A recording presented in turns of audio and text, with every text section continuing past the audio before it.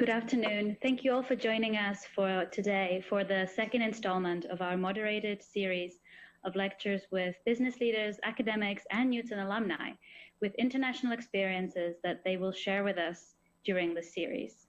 Our speaker today is Tomas Tichy, one of our star alumni, who will share his international experience with us of first moving to Taiwan as an exchange student, then studying and working there, and now preparing for doctoral study. We will also reflect on how the pandemic has affected his international experience, and especially how Taiwan's unique response to COVID-19 has shaped this. Especially if you are planning on going to Taiwan as part of our exchange program, one of our exchange programs, then please stay with us until the Q&A at the end, and you can pick Tomáš's brain about all the questions that you might have about this. Tomáš, thank you so much for joining us. Why don't you first tell us a little bit about how you ended up in Taiwan and what experience this has been for you? Well, thank you so much for invitation, and thank you so much for this opportunity to be here in Newton Minds. And thanks to everyone who is watching now online and who is thinking to study abroad, especially in Taiwan. So I would like to introduce first my first journey in Taiwan. It was 5 years ago when I applied thanks to Newton College to winter camp when I was studying in National Taichung University of Education for 10 days about Taiwanese language, food, history, culture. And in our free times, we was exploring Taichung City and Taipei City with our friends. And after that, I was very excited about Taiwan, and I applied for studying as an exchange student in Yuan University for 1 semester. But I actually extended for 1 more semester, and I stayed in total 2 semesters. After that, I was in rush back to Newton College in Brno to finish my bachelor's degree thesis and examination because my future plan was again in Taiwan. I was actually planning to study Mandarin Chinese in Taipei, which I actually studied. And after that, I also applied for GMBA program in Yuan University. And I'm also right now in Global Master Business of Administration in Yuan University. So I'm very happy to be here. In Yuan University, I have also first part-time little working experience as teaching assistant for our professors, because Taiwanese education system is very unique and very special. So I'm very glad to have a few new experience with Taiwanese teaching style. Okay, this sounds really fascinating and quite a journey in Taiwan. I wonder, with your future academic plans, I know you're thinking about doctoral study, and it might be too early to talk about this at length, but do you want to tell us really quickly about what you're planning to study and research? Yeah, sure. Right now I'm in master degree and I'm in 3rd semester. So I have to fastly set a topic for master degree thesis. And right now I'm reading a lot of papers, and I would like to link a project between Czech Republic and Taiwan. But if I will be a very good student and if I get chance to apply for PhD studying, I would like to accept one of Taiwanese Czech government supporting project. And I would like to work, for example, for artificial intelligence implementing to healthcare between Czech and Taiwan.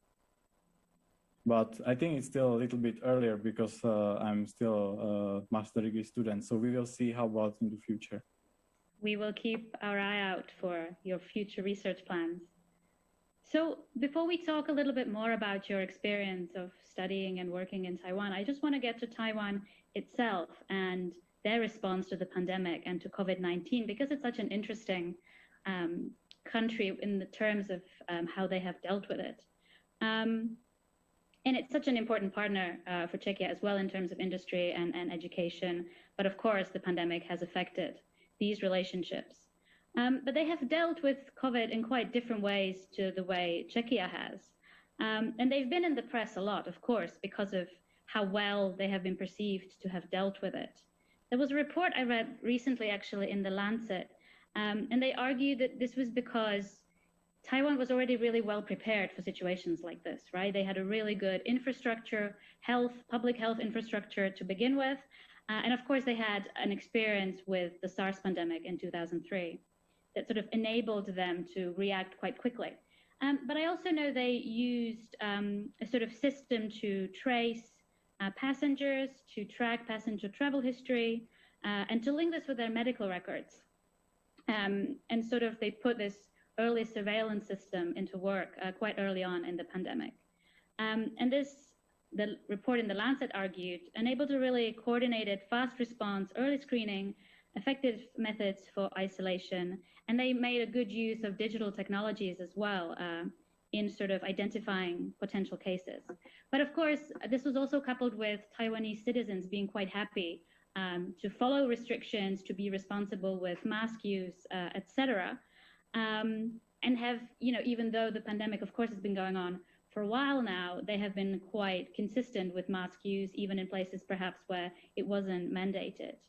So we could probably argue that that's quite the opposite of the response that we have been witnessing here in recent weeks and months.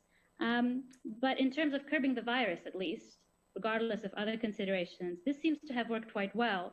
But I know you wanted us to talk us through Taiwan's response a little bit and tell us a little bit how they have been doing it before we talk about, what we might think about it.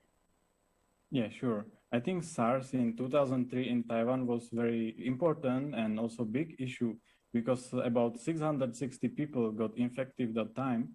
And Taiwan actually dealt with this problem and solved that problem very well by government restrictions. And I think very important was also that time face mask, because people was using face mask every day, and they actually find special benefits with using face mask from that 2003. They use face mask also for air pollution, or if they're driving scooter, and also if somebody have flu, they're using face mask to take care of other. They don't let infected people around or doctor, or if they're traveling somewhere. Even there after flu, they always wear face mask. So I think face mask play very important role for COVID-19 also, because from 2003, face mask was everywhere and people was using them almost every day normally. And in COVID-19 situation, government was also very important, because they also provide restriction, and they help to produce new face masks. Like, for example, they support new production lines for face masks. They also decrease price for 5 Czech crown for one single face mask. So people can afford them very well, and they can change them many times in one day. So I think Taiwan actually a little bit expected some pandemic in far future. And that's the reason why it was very easy and fast to implement every restriction and regulation in few days. And they was focusing many years for SARS research, and they tried to learn what happened before, and they was focusing what can happen in the future. For example, in hospitals, they also focus for special ventilators, because they was afraid that virus can be split everywhere in hospital. And they also implement very special regulation for foreigners in Taiwan when they was coming here. And also here was a big issue, because many Taiwanese are working in China. And Taiwanese government was very afraid that they can bring virus from China to here, but they actually deal with that very well. And I think Taiwan is in general very flexible and open for big changes, and they can change everything very fast. Total cases just today, they have 1,116 cases, and it's number for all the coronavirus time. So I think it's very low. And we don't have very strict restrictions or regulations, because everything is working normally. And everybody can go, for example, to cinema, theater, shopping mall, school, and travel around Taiwan. All the time is open everything. So I think we are very lucky here in Taiwan. And I think it's very special and unique. Mm-hmm. Thank you. So that's really interesting that people are enjoying the sort of things that we're only hoping are going to come back quite soon. But I think part of the, response in Taiwan might also have been, early on, people were very happy, it seems, to follow strict restrictions. And it might be due to sort of a different history of political attitudes towards, there's a sort of certain trade-off between security and freedom. And I was actually interested how this is viewed in Taiwan. And I looked into the World Values Survey. The last wave was in between 2017 and 2020. And they actually asked people in Taiwan, among sort of large number of global countries, whether security versus freedom was more important for them. And actually 86% of Taiwanese picked security. So it could, I mean, we're going to look for research about this in the future, of course, how, we can explain the different responses by different countries to COVID. But this could help us explain a little bit, because here, of course, the debate relatively early on in the pandemic has shifted towards, a political discourse about freedom, masks inhibiting democratic participation, etc. So there does seem to be a different attitude there. But I wonder about you personally, what has been your experience personally of the pandemic and of the restrictions? What has your personal experience been with the pandemic strategy? And I suppose once you reflect on that, I mean, it seems like you agree with the approach that they have taken, right? I actually totally agree and trust local government, our city, and also our university, because they are very responsible and they are protecting ourselves. And important is that people have very special attitude and personality, and they are really willing to wear face mask and protect others. And thanks to face mask, Taiwan actually stopped already 3 times virus on public, because we had 3 times virus in public. The other cases are usually imported, and they are not usually in public. So I think face masks are super important. I think some European countries think that they need to use respirators, but in Taiwan, everybody using just face mask and everything is fine. It's also true that people are willing to share data from travel and also some medical care. And it's also very important, especially for tracing, because sometimes happen that we have, for example, pilot carrying virus and he's visiting some shopping mall outside, and later he was positive for COVID-19. So actually they are using his personal data from his personal phone, and they are tracing by GPS location, so they can find all the people he met. In Taiwan, it's quite complicated because Taiwan have about 23 million population, which is quite a lot compared to Czech Republic. So I think this GPS location tracing is very useful, because we can see that it's really working. And one more thing, in Taiwan, it's very strictly banned with fake news or disinformation, because this can make a huge problem, because sometimes people trust this fake news too much. For example, I saw in Czechia that somebody was saying in news that in face mask is some virus or some worm, but in Taiwan, I think he will go probably to prison. So I really strongly agree with everything what Taiwanese government is doing, because we really can see that they have no virus and we have actually totally normal life here every day. Right, that's really interesting. And of course, this could take us to debates about freedom of expression as well. It's complicated what travels on social media. We know that Facebook introduced a certain fact check as well. So if you post certain news about COVID, they will sort of try to fact check it for you, right? So I suppose we could have, a debate for hours about this, the sort of freedom versus security trade-off, which I think would be fascinating. But I really want to get back to your experience of studying in Taiwan, because for our students, if they've already applied to an exchange program or they're thinking about it, or maybe we'll get some of them to think about Taiwan as a destination if they haven't before. So if we can get back to your study experience in particular, and also since you are in Taiwan, I don't want to speak for you, but I think I know that you would be happy to help our students as well once they get there and guide them quickly about, once they are in Taiwan as well. So yeah, let's get back to your study experience, and if you want to tell us a little bit more about it. Yeah, sure. I will be very happy if more Czech students will come here, Taiwan, at least an exchange student. So I think if some people really decide to go to Taiwan, at least as exchange student, I think they will be very happy, because most of my friends who were studying here, they went back home to Czech Republic, but they always miss Taiwan so much and they want to always return back. And sometimes very difficult, but I hope they can still return here. I think if somebody decide to studying here in Taiwan, students can also improve their English language and also learn more about local culture. And they have also opportunity to learn Mandarin Chinese. And I would like to also tell you something very special and unique, what's very different between Czech Republic and Taiwan with education. For example, in Taiwan, they have midterm examination. It means that every semester in university is split into two parts, and students are usually doing in the middle exam or some presentation, or they are showing progress with their school project, because we are doing also a lot of school projects. And it's linked to second part. We are doing a lot of projects linked to real businesses. And I think it's very interesting because Taiwanese people are cooperating with us, and we are also in groups. So all the students are in teams or groups with 4 or 6 or even more students, and they can meet each other like other cultures. They also learn how to respect each others, and they also can help each other very well, because somebody is better with marketing, somebody with numbers, somebody with management. And if we put these people together, they can do very excellent work.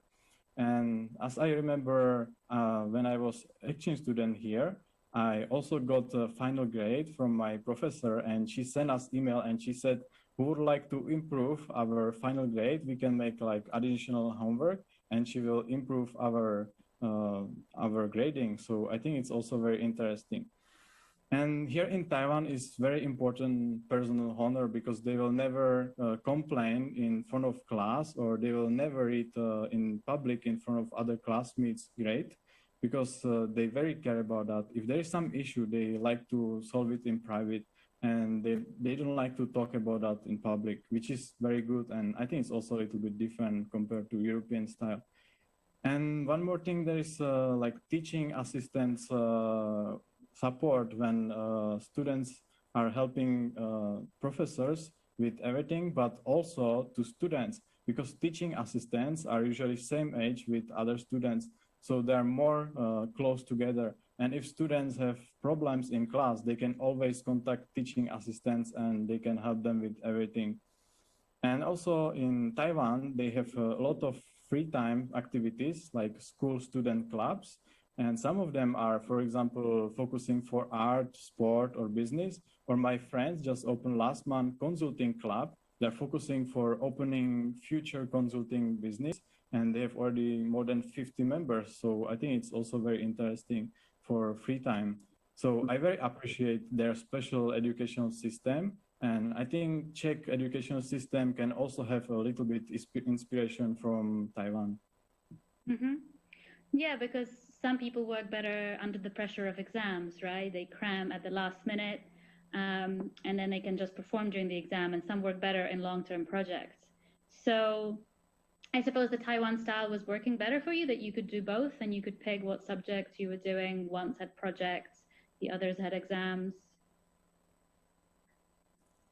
It's very interesting, because before we are choosing classes, we can see if the class will have examination or just some project or presentation. So students can, before choosing class, choose what they want. So if they are more focusing for real business and projects, they can more choose these classes. But if they focusing for academic way, they can also choose other classes for writing paper, or they can also have a normal examination.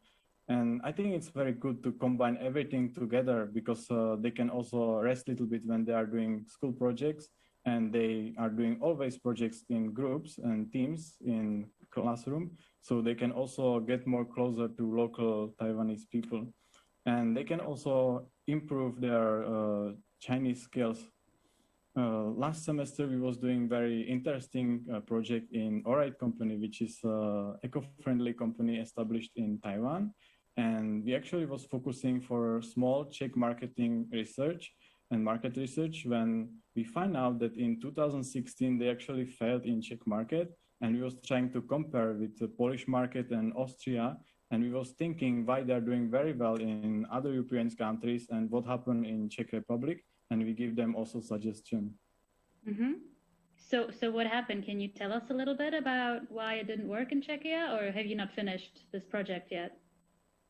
I actually finished that project, but problem was that this company was mainly focusing for design, and in Czechia they usually focusing for for quality inside.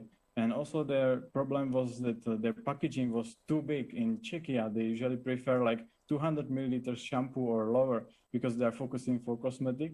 So, and in Taiwan, they are usually selling 1 liter and bigger. And we was thinking maybe it's too much.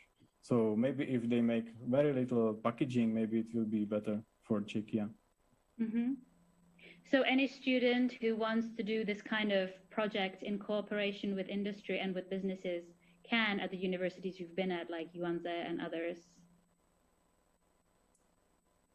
Usually it's a very good decision because Yuan University is part of Far Eastern Group and they own about 300 companies.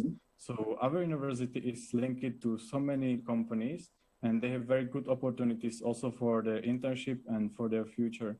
So I think if somebody is thinking about business, I think they can choose Yuan University. Mm-hmm.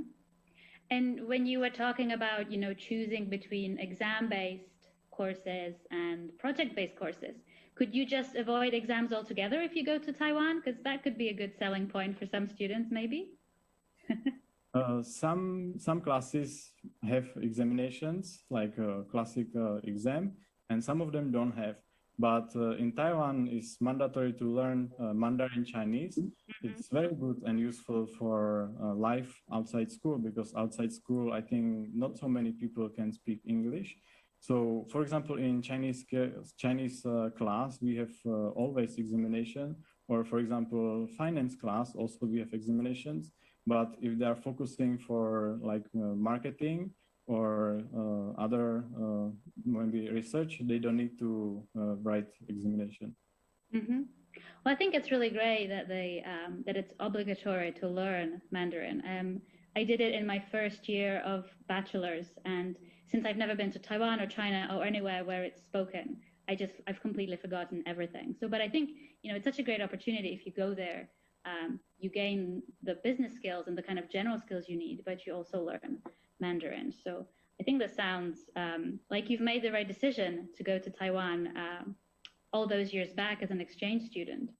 I kind of wondered while you were talking, we didn't really touch so much on, how you decided about Taiwan all that time ago. Do you remember why it was Taiwan? And did you weigh against other countries as well in terms of your exchange? Actually, I like Asia in general, and I just got opportunity almost 5 years ago when I was studying in Newton College. And because Newton College have very good partnership with 2 universities in Taiwan, so I just tried. And at that time, I don't know anything about Taiwan. I just Googled some basic information and watched some YouTube videos, but I just randomly tried. And I very like Taiwan because I very like old culture from China, but Taiwan is much more better. And in Taiwan is everything very safe. So I think Taiwan is a very good decision.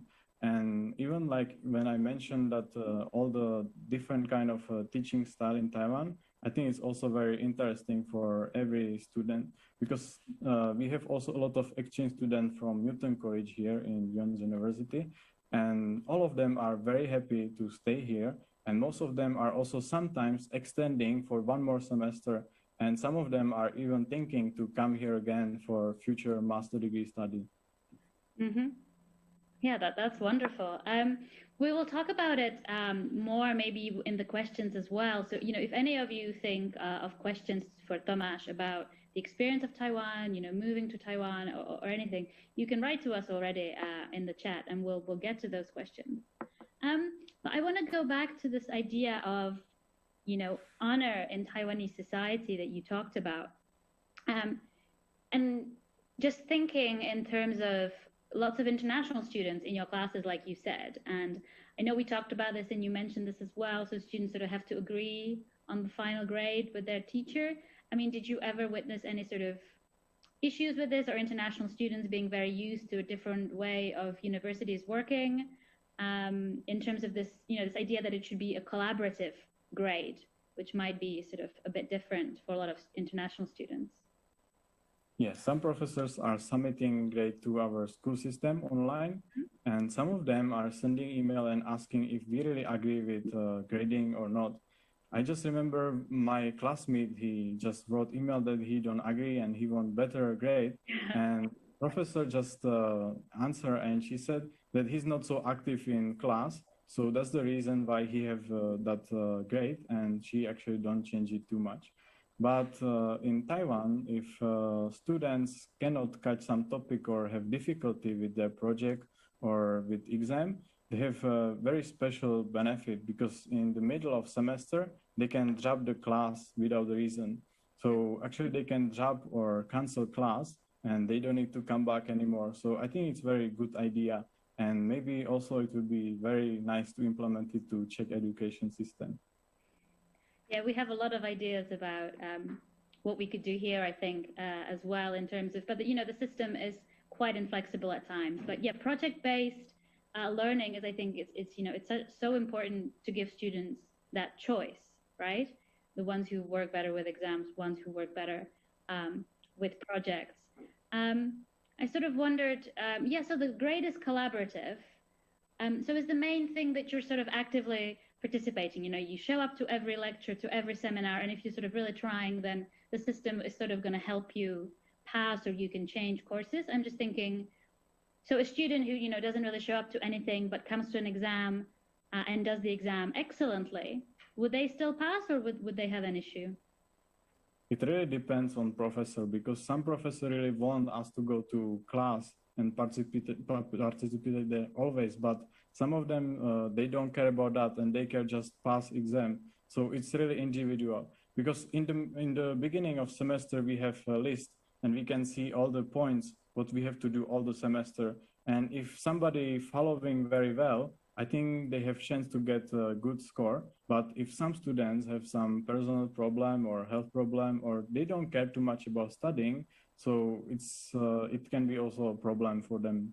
And I think like usually professors are trying to discuss with students and explore like what happened to them, and then they are making decision or trying to solve that issue. Mm-hmm.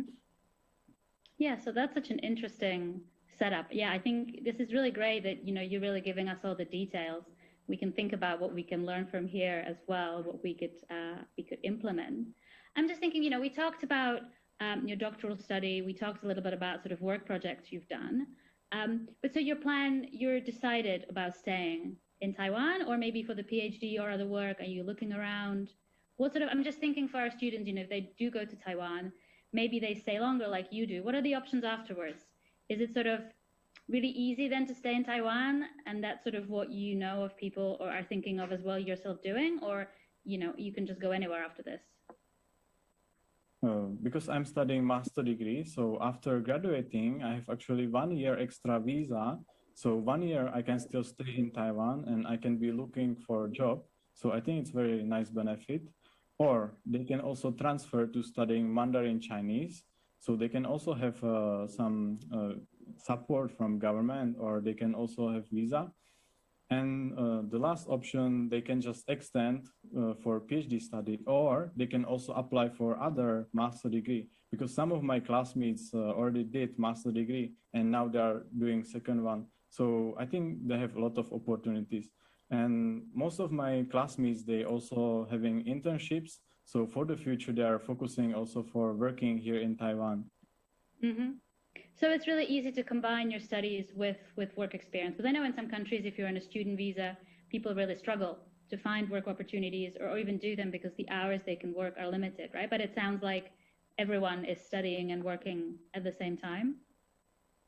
Here is limit 20 hours for working during the studying, but some students are working also extra in research projects, so they don't need this kind of restrictions. It's not so strict for them. And but most of students, they are not focusing for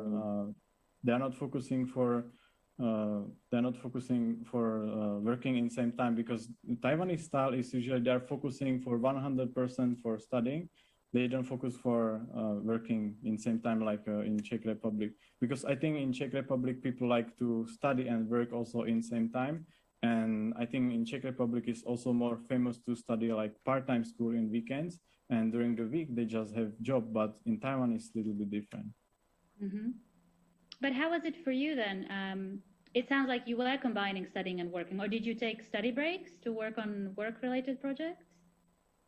I actually can do both because I would like to do more things. I don't like just studying. I like in my free time to learn something more. So that's why I'm accepting also some interesting projects and trying to help more link Czech Republic and Taiwan together. So and that's why I decide to do both. But sometimes it's a little bit challenging, but I hope I can still do it. Mm-hmm. And how's your experience of being a teaching assistant been? Because it's not perhaps that common that a master student is already a teaching assistant, or is that everyone is doing that in Taiwan and in your university? Actually, usually professors choose their future assistants, and we have also some short training. And usually teacher have or professor have still speech and everything by herself, but we are just trying to support her as much as possible. We are trying to prepare some tools for teaching, for example, presentations and everything like technical things. And interesting is that we also have right to give students grades. We can give them also examination paper in midterm or final exam, and we also mark and give them grade. Actually, our professor, she double check everything, but we can see that our professors really trust to her teaching assistants. And I think it's also very big difference with compared to Czech Republic. Mm-hmm. And so is that something that you're finding? I mean, is your long-term plan to keep combining kind of academic research and business applications or business projects? Or now that you've got the experience of being a teaching assistant, are you leaning more towards academia? I actually would like to do still both. And I'm also thinking to find some interesting project and link it to academic way and combine it, because if I can have daytime experience in one way, I can also use it for academic and it will be more helpful for specific organization. For example, now I'm a little bit thinking about city branding, and I'm thinking for link it to Brno City and Taiwan City. Because, for example, Brno City and Taiwan City, they are just working on cooperation. It's very new, and I think it can very help them for their future. So if I can link it to some project like this, it will be very nice for everybody, I think. Mm-hmm. So this is a twinning project between the two cities? Yes. Right, okay, so they're preparing collaboration. So that's really interesting. So you're sort of Czech Republic's envoy in Taiwan, it seems, and our representative in Taiwan, which I think is wonderful. I mean, it's such an important partner in education as well, and for us. I'm just thinking, as we wait for any more questions, we're receiving messages of support from, I suppose, your classmates and people who have been to Taiwan as well. So we wait for sort of very specific questions for you. I mean, is there anything else you'd sort of like to share with people who are watching today? Something that, maybe someone who thinks Taiwan is maybe too far or too different, what would you say to them? Yeah, it's right. Taiwan is a little bit far from Czech Republic, but they don't need to be worried to come here. I think like soon the pandemic will be better and better, and people can be allowed to travel, because Taiwan is already accepting students with a scholarship. So it's a little bit delayed, but still they can come to Taiwan. And for exchange students, maybe they will also allow them soon. So if they're thinking about that, they can also contact Jan Orava from Newton College, because he's exchange student coordinator, and he can give them my personal contact, and I can help them. I can answer them so many their questions, because usually students, if they are considering to study in Taiwan, they are firstly contacting me, and I'm having with them very long conversation and prepare them if they really want to come here or not. Because Taiwan is very, very different compared to Europe, because their teaching style and their lifestyle and everything is very different. So I think if students will be ready and they will know where they are going and what they will exactly do. Mm-hmm. Well, that's amazing. I mean, it doesn't sound like you are going to have that much extra time with your studying, your working, and answering all the questions for our students about potentially going to Taiwan. But it got me thinking, I know the pandemic must have disrupted this, but how often have you been going, back to Czechia? How often have you been able to go back and forth? I'm in Taiwan almost 5 years, and between all of the time, I always was flying back to Czech Republic. But now I'm in Taiwan since COVID-19 start, and I'm still staying here. Now we have a new opportunity. Now we can get COVID-19 vaccination. We can register it even like foreigners, and we can very easy get it in Taiwan. And I can go to Czech Republic for summer.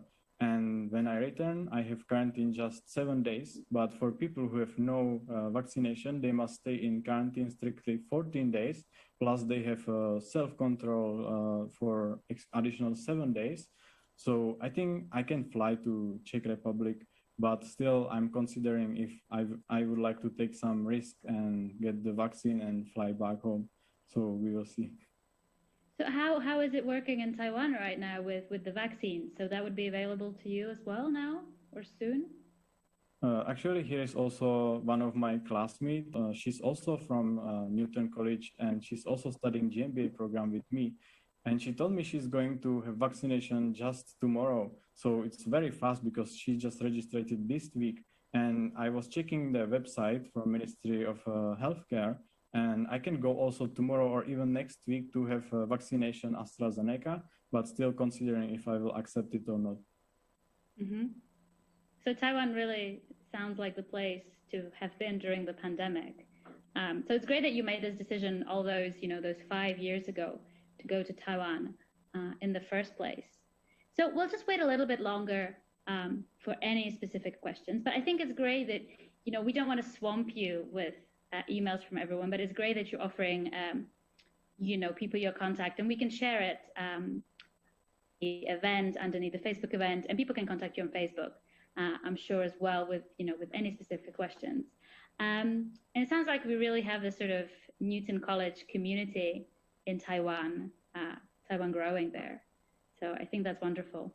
I'm just, I keep thinking about sort of the differences with the education system, with sort of someone coming back. I mean, did you ever think maybe to do your PhD or extra sort of research back here in Czechia, or did you just fall in love with Taiwan so much that you're going to stay?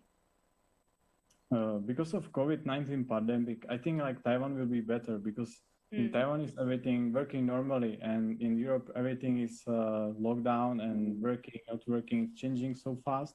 And I think it will affect also all the association and everything like economy and everything. So I think it will be better for me to stay here in Taiwan. But I also already checked a few universities in Czech Republic.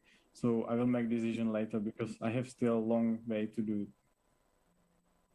Right, because there's a fair bit of sort of administrative work to get degrees recognized here in Czechia.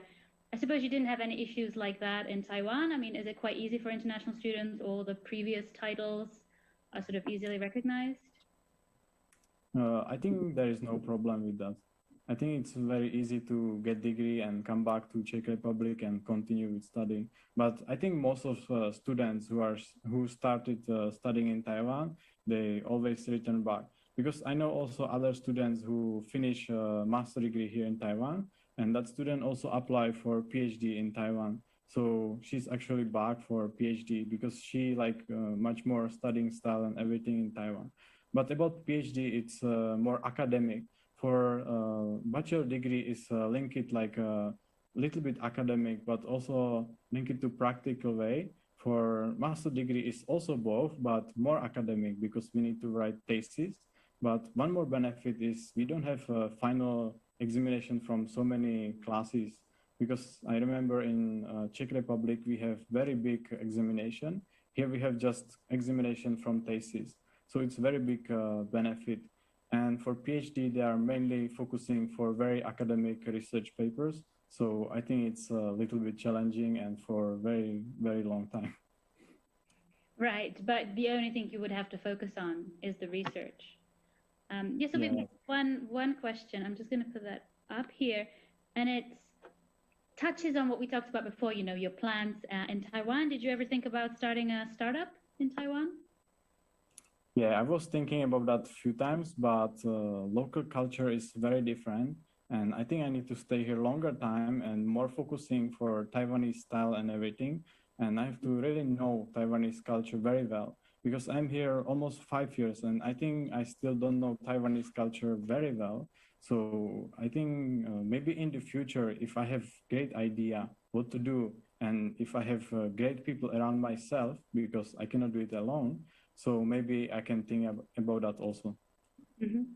So do you mean that the business culture is quite different, then you think it would be difficult to sort of start a business, or you just think it's, you know, different rules of business maybe that you need to get used to more? I think Taiwan in general is a little bit competitive market, because before I was also writing bachelor degree thesis in Newton College, and I was actually focusing for a business plan in Taiwan. So I was already trying to explore more, and I think like setting business in Taiwan is challenging. We have to also think that their official language is Mandarin Chinese, so it's also very challenging to talk to official and government always in their own language. Actually, Taiwan is planning in 2030 have a second official language, which will be English language, but still it will take very long time. This is really interesting. So presumably you'd need to find a local partner as well with a similar idea. But do you see yourself as, you know, you talked about this project that you did with the cosmetics, you helped them give them insights into the Czech market, why maybe they have struggled. Do you see maybe that's an option for you as well, being sort of 1 foot in Taiwan, 1 foot in Czechia, doing sort of business collaboration style, something like that? They actually already asked me and contact me if I would like to be their distributor in Czech Republic. But I actually answered them that I don't want, because I want still study in Taiwan and I won't stay in Taiwan. So I tell them maybe in very far future, I can think about it a little bit, or if I will know somebody in Czechia, if somebody is really interested with their product and have experience with cosmetic or eco-friendly cosmetic, then maybe I can suggest. But for now, I don't want. Okay, so it sounds like you have a lot of options. This has really opened a lot of options for you in terms of, you know, your future plans. I think that is wonderful. We haven't got any more questions at the moment, but I wonder if you have any concluding thoughts or remarks that you really want to share with people that we didn't touch on yet? I just would like to tell if somebody want to apply for Taiwan, like for example, from Newton College or even from other universities in Czech Republic, they have so many new opportunities because Taiwanese government and Czech government is more close, and they will have more opportunities for studying and more partnerships. And I think also Taiwan and Czech Republic will have more business opportunities and more jobs opportunities. So I think it's a very good idea to learn Chinese, Mandarin Chinese for the future. And if somebody is a little bit lost or stuck with their studying, they can also apply, because some of my friends, they was before thinking what to do with their life, and they apply for studying in Taiwan, and they was very happy, and they actually cleaned their brain, and they was super happy, and they come back to Czech Republic, graduate, and find very nice job. So maybe if somebody is really thinking, they can try, because here is nothing to be worried, and they have nothing to lose if they apply for here. Right. So yeah, it's a different, you know, learning style, learning environment. So it sounds like a really great thing to try, at least, right? So you can go for a semester, and if you like it, you can stay like Tomáš for 5 years and perhaps longer in Taiwan. Well, thank you all for joining us today. Do write us more questions if you think of any, you know, in the comments on Facebook, or contact Tomáš as well. He's sort of turning into, and has been even for a while, our sort of Newton ambassador in Taiwan, and is going to continue to be. So do drop us any questions or any comments. And thank you, Tomáš, so much for joining us from Taiwan. It's a shame you couldn't be in the studio with us here today, but at the same time, it's great that you could join us at least virtually like this. And everyone who was watching with us and watching us today, thank you. Bye.